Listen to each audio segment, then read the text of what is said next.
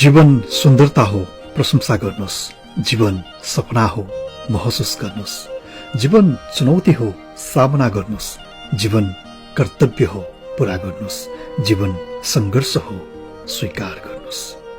जीवनमा आइपर्ने हरेक घटना परिघटनाहरूलाई सहजै स्वीकार गर्दै अगाडि बढ्नुको कुनै विकल्प छैन। जीवनमा सुखद क्षणहरू पनि आउँछन्, जीवनमा दुःखद क्षणहरू पनि आउँछन्, जीवनमा सधैँभरि सम्झिरहन लायक क्षणहरू पनि आउँछन्, त कहिले नसम्झ्यौं जस्तो लाग्ने पलहरू पनि बिताउनुपर्छ। जीवनमा यी सबै परिघटनाहरू एकपछि अर्को आइ नै रहन्छन्।